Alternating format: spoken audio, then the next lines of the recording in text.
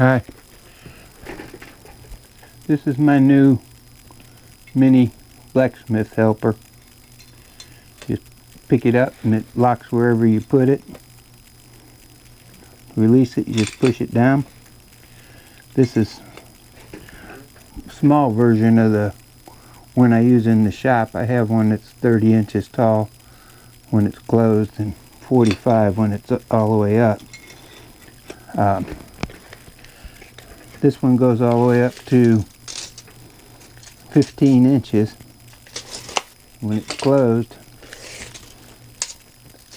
we're right at 9 inches.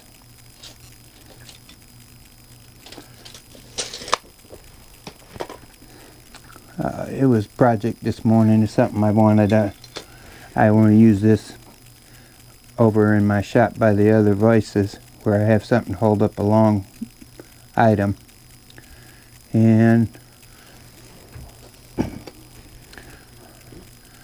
about 4 hours work time to make it.